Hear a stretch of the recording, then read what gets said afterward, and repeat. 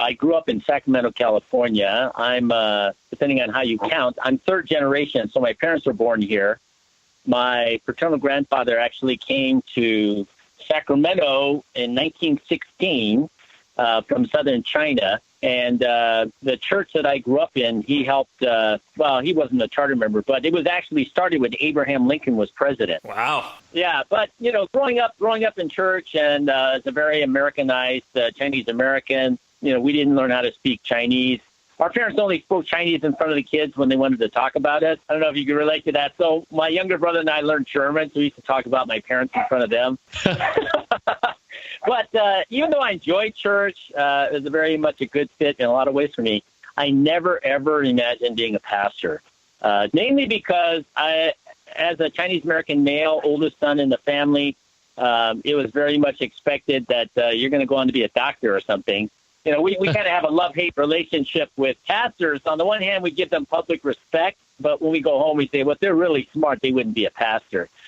So, yeah, and then most of the pastors I saw were either first gen or 1.5 from Chinatown.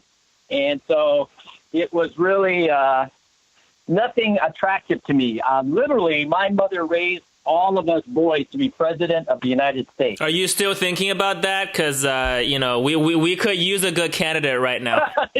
Yeah, it's surprising since I've been retired in July from pastoring.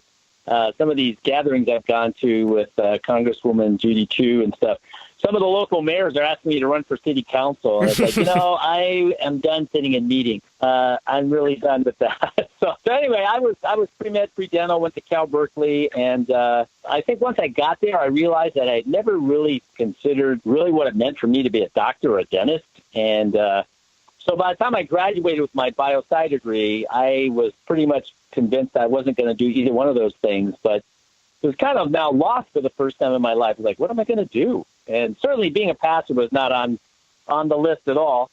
But when I went home, my dad started pressuring me, and he's like, hey, you're my oldest son, and I just paid for a Cal Berkeley degree.